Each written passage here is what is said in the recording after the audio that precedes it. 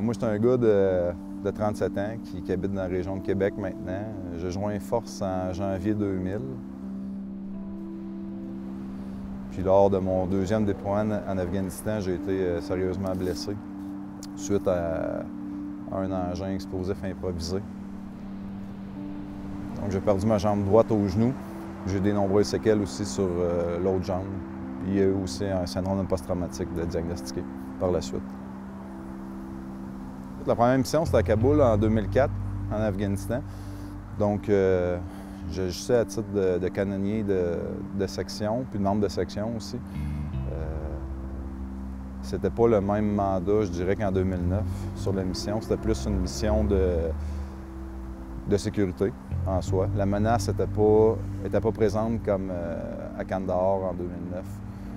Quand on est arrivé à Kandahar en 2009, premièrement, c'était un contexte offensif qu'on avait. Donc, le mot d'ordre de la mission, c'était souvent de déranger l'activité ennemie. Donc, on assurait une présence constante là-bas en vue de contrer l'insurrection des talibans. Combien de temps, Chief?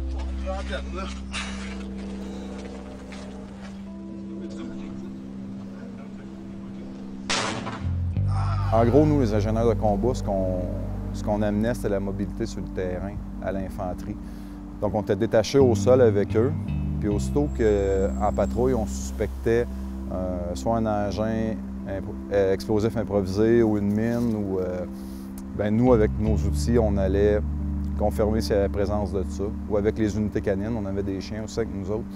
Puis si on trouvait quelque chose, soit on en disposait ou on la neutralisait.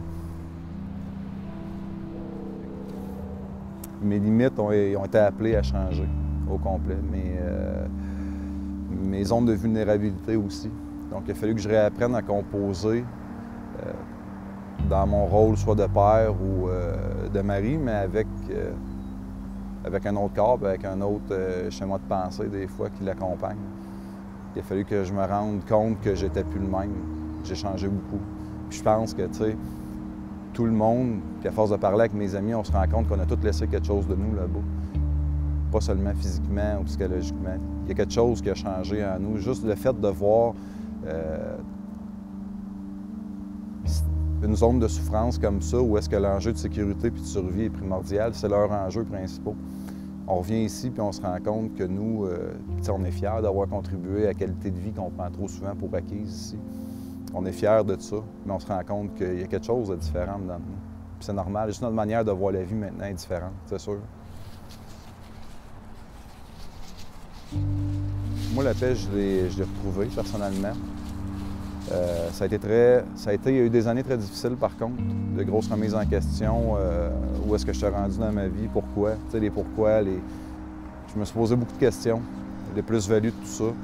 Mais tu sais, je sais inconsciemment que pour chaque gars ou fille qu'on a perdu, bien, il y en a des centaines qui ont pu vivre. Puis juste là, le bien fondé de la mission en soi, j'y ai tellement accru, mes convictions étaient toutes là, que j'ai pas de regrets. Dû à ça, j'ai pas de regrets. Puis je recommencerai. Je recommencerai malgré tout. Donc, pour moi, la paix, tu sais, le bonheur, je l'ai eu longtemps à portée de doigt, sans même me le permettre. Aujourd'hui, j'ai tout pour être heureux. J'ai ma famille avec moi aimante, j'ai des amis fidèles, j'ai beaucoup de support. Je me sens apprécié, je me suis redécouvert aussi. Donc, cette paix-là a été due à un processus qu'il a fallu que je fasse un moment donné, sur mes capacités, puis où est-ce que je voulais aller dans la vie, t'sais.